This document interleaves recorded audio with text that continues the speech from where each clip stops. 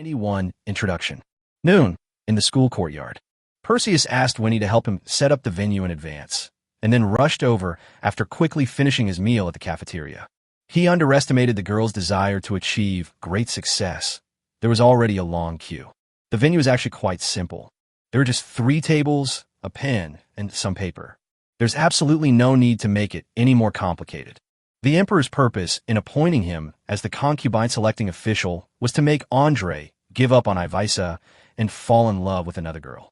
It appears to be 2 tasks, but there is actually only one. That was the first one. As for Andre's romantic relationships as crown prince, there are many factors involved. The dignity of the royal family, the legacy of the empire, and so on. Each and every one of these is an extremely important matter that cannot be taken lightly. Anyone who dares to treat it lightly is playing with their entire family. These things were far too important for the Dog Emperor to allow this nobody, whom he had only met twice, to interfere. So he didn't need to take it too seriously. He just needed to go through the motions so that he would have something to show for himself when the Emperor asked. Taking things too seriously might not lead to promotions or even death. Making Andre give up all thoughts of Ivaisa was his only duty. The reason the Dog Emperor made him do this was simply because of his special relationship with Ivaisa. If there was anything else, he guessed it was that the Dog Emperor wanted to test just how good he was, the man who dared to buy Ivaisa, whom everyone else avoided. Although it seemed that the Emperor had reassured him that night, anyone with a brain should never really believe that the matter was truly over. No matter how much time has passed, if the Dog Emperor wants to investigate, it's just a matter of a single sentence. Faced with the task assigned by this scoundrel Emperor, he could neither perform too well nor too badly. If you perform too well, you're considered too clever, and nobody likes someone who's too clever. If he behaves too badly, the Dog Emperor will also become disgusted with him. The best strategy is to appear somewhat clever, but not too clever, to be foolish, yet also showing a hint of intelligence. Neither too clever nor too foolish, interesting but not threatening. In this way, the Dog Emperor will be happy to continue paying close attention to him. We wouldn't kill him as a threat or slap him to death like a bedbug. I began the interview diligently. Ask the other person all questions except for their gender, record them in detail, and then tell them to go back and wait for notification before following the next person. 2 hours had passed, and less than 1/10 of the team's interviews had been completed. Anyway, the Emperor didn't set a deadline, so he can drag it out for as long as he can. This is just what's happening inside the academy. Outside, young girls from all over the capital are eagerly waiting. Even the entire empire. In short, he couldn't possibly vet all these girls before he could convince Andre to give up. The Dog Emperor will surely be very satisfied with this result. Instead of actually letting Andre bring a stupid old woman, they look down on back to meet his parents. Although this matter was a matter of life and death, Perseus did not let it disrupt his life. He would only spend 2 hours at noon pretending to work, and most of the time he would do whatever he was supposed to do. Khutu's investiture ceremony has ended, and this afternoon, he took Katie and went home with Luna again. He only brought Ivaisa with him, and Helen wanted to follow, but he stopped her. The price is that he has to go to her house tomorrow night to receive the punishment of love. After the carriage stopped, Perseus was the first to jump down and stand in front of Khutu. Khutu was somewhat speechless. "Why are you here again? Do you think this is your home?" "Dad, what did you say?" "Luna fronith." "Haha, it's nothing. I said welcome Perseus home." Khutu said with a chuckle, sweating profusely. "Oomph, that's more like it." Khutu wanted to cry, but had no tears. "Lord Khutu, please speak to me in private," Perseus said in a low voice. "You better not say you're taking Luna to your place," Khutu said warily. "No, then we can talk." Khutu obediently followed Perseus to a distance away, with his back to the others. "Lord Khutul, there's something I haven't had a chance to tell you before. I actually wanted to recommend someone to serve in your army," Perseus said in a low voice. Khutu's tightly furrowed brows slowly relaxed. "That's all." "Yes. Is that the girl? The one carrying a sword?" Khutu turned around and glanced at the expressionless Katie. "Lord Khutu is indeed insightful. Nothing can be hidden from you." "Don't give me that."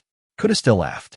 "This girl, she's clearly human, but I can smell a hint of our own kind in her." "Interesting." Perseus was pleasantly surprised. "So, you're agreeing to this?"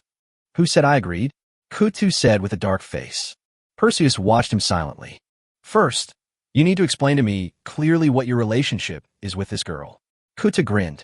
"You're dating that duchess, bothering my daughter, and you have such a beautiful slave by your side. Now another woman has appeared. Just how many women are you trying to have your cake and eat it too? Perseus wanted to say that he hadn't thought about this problem yet. You've clearly misunderstood. Miss Katie and I are truly innocent. Really? You might as well just say it all at once. Don't give me another big surprise like last time. My patience has its limits. Don't think you can do whatever you want just because Luna is protecting you. Kutu's smile was kind and friendly, but his eyes flashed with a cold light. No, not at all this time. Perseus said quite sincerely. To be honest, I haven't spoken much with Miss Katie. She just asked me to introduce her to you. You didn't take any improper fees during the trip, did you? Perseus shook his head very seriously. Kuta looked at him for a while, then sighed. All right, for Luna's sake, I can give this Miss Katie a chance, as long as she passes my test. You can rest assured, her strength is definitely no less than mine. Oh, damn old man. Perseus looked troubled. There's one more thing I hope you can agree to. Speak. If you dare say you want to take Luna away right now, I'll kill you. Even if he wouldn't dare to say anything after being scared like that. Would he? I promised her that I would introduce her to you before bringing her to meet you. So when you talk to her later, could you please act as if you've already heard of her? What would happen if we didn't do it this way? Kuta sneered. It's nothing serious. It's just that Luna has been complaining lately that I'm neglecting her too much, and I might be a little confused about how our relationship can develop further. Miss Katie, I've heard so much about you. Ha ha ha. Kuta stood in front of Katie, laughing heartily. Chapter 92, Deep Helplessness. Seeing that such an important figure as Kuthu was so enthusiastic towards her, even the aloof Katie couldn't help but take a deep look at Perseus. She clearly acknowledged his contribution. Perseus simply laughed it off and didn't boast about it. Lord Kuthu, you should know why I'm here. I won't waste any more words. Whatever you're thinking, please see my strength before you make a decision, Katie said calmly. Kuta really liked Katie's straightforwardness. If it were any other duke, upon hearing someone speak to him like that, he would have ordered his men to kick them out without a word. But he is a demi-human, and he highly values the way of speaking based on strength. Okay, come with me.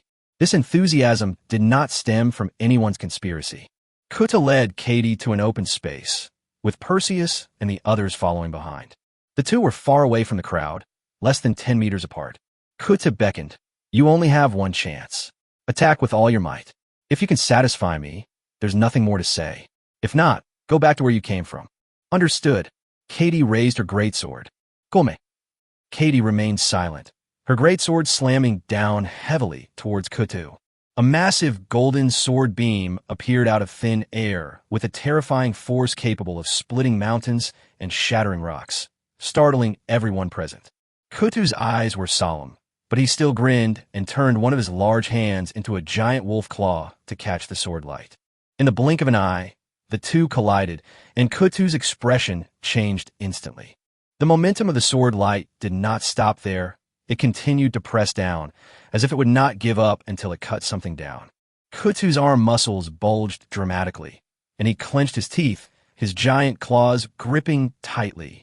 The sword's edge shattered instantly, turning into countless fragments that dissipated into the void. Hey, what a clever human girl! Kutu was overjoyed, and the giant claw transformed back into a human hand. Lord Kutu, is this satisfactory? Katie asked, breathing softly and very seriously. Not bad. Much better than that brat. Kuta walked over. But I'm curious, is this really your full strength? I guess so, Katie said calmly. But this isn't a life or death battle. Otherwise, I probably could have done better. Oh, do you want to challenge me? Kuta narrowed his eyes. Seeing that this old man was about to bully the child again, Perseus quickly came over and said, Let's stop here for today.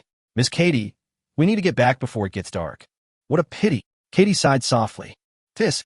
Kuta was not angry but pleased, and even seemed eager to try. Perseus, you just said you were going back today? Can't you stay for the night? Luna's face was full of disappointment. Maybe next time. We really can't bother you today. Perseus ruffled her hair. Don't go. Luna rushed up and hugged him, acting coquettishly and refusing to let go. Kutu's eyelids twitched, but he dared not lash out. All right, sweetie. Next time, I'll bring your sister Helen along. Perseus smiled reassuringly. Well, Perseus, come with me for a moment. As soon as Luna let go, Kuta cleared his throat and said, "Good." As soon as Perseus and Kuta walked to the side, Kuta affectionately put his arm around his thin shoulder. "You little rascal, your relationship with Luna is getting closer and closer. What am I supposed to say as your father? Lord Kutu, I have always followed your instructions and maintained a special relationship with Luna. So you can hug and kiss in public. Is that really inappropriate? Then, what do you think we should do? What should we do? I don't want to make things too difficult for you, but I'm wondering if you could be a little stricter with her? That way she won't cling to you like this." Perseus thought for a moment and nodded. Kuta was overjoyed. He always hated that Perseus was so gentle with his daughter, which made poor little Luna so infatuated. Who can resist gentleness? But being strict is different. Even well-intentioned harshness is often unacceptable. This is why fathers like them repeatedly run into obstacles in front of their daughters. It was both sad and helpless. Let this kid taste his pain too. Don't agree so readily. Let me see how you do it. Kutu patted Perseus on the back and said meaningfully. Perseus returned to Luna, looking at her with a serious expression. "Luna, I've thought about it. I don't think you should always act cute towards me, because when you do, I don't know what to do, and that's not fair to me." Luna was stunned for a moment. Then her face turned bright red. "Then, what should I do?" Kutu frowned. "This doesn't make sense, does it? Speak properly. Look me in the eyes." Perseus took a step closer and looked directly at Luna. Luna tried to look directly at him, but quickly looked away shyly. "Luna, I said I don't want to stay at your house tonight. What should you say?" "Well, I'm leaving now. What should I say?" "Goodbye, my dear." Kuta's expression was somewhat distorted. "If I see you being so timid next time, I'll spank your bottom until it's swollen." Perseus said coldly. "Yes, yes." Luna said softly, her face flushed. "Ivisa, Miss Katie, let's go." Perseus glanced at the bewildered Catulle, then turned and left. "Goodbye, Perseus. See you tomorrow," Luna shouted, mustering her courage. "See you tomorrow, Luna." Perseus suddenly turned around and gave her a faint smile. Luna let out a scream at an extremely high decibel level. Kutu's imposing body crashed to the ground. Chief, what's wrong?" Perseus didn't bother with what happened after that. Back at school, Ivisa went back to her apartment first, while Perseus and Katie walked towards Weenie's apartment. "There's something I forgot to mention earlier. Lord Kutu told me beforehand that as long as your performance satisfies him, you could be officially registered in his army. However, he doesn't have any battles to fight right now, so you'll have to stay at the academy for the time being." "I understand," Katie said. "He's a hot commodity right now. He won't be short of battles, and even if he waits for me, it won't be long." "It's wonderful that you're so optimistic," Perseus smiled. "Thank you," Katie said. If it weren't for your hard work in introducing me, someone like me would never have had the chance to even meet them. More importantly, your strength won him over. I'm not someone who knows nothing. In this world, without connections, even if you have great skills, you have no place to use them. It's hard to say about Perseus. "I will repay this kindness," she said again. Perseus simply smiled. Upon arriving at the apartment, Winnie's face lit up with anger as soon as she saw Perseus. "Perseus, look what you've done today. You've made a complete mess of the academy. Come on, come inside. I'm going to teach you a lesson today." "Katie, wait for me in the living room," Winnie said to Katie again. "Okay." Katie sat down on the sofa expressionlessly. Winnie dragged Perseus into the bedroom, where he gave her a good scolding. Chapter 93, Cleared? When the two came out of the bedroom, Katie was still sitting upright on the sofa.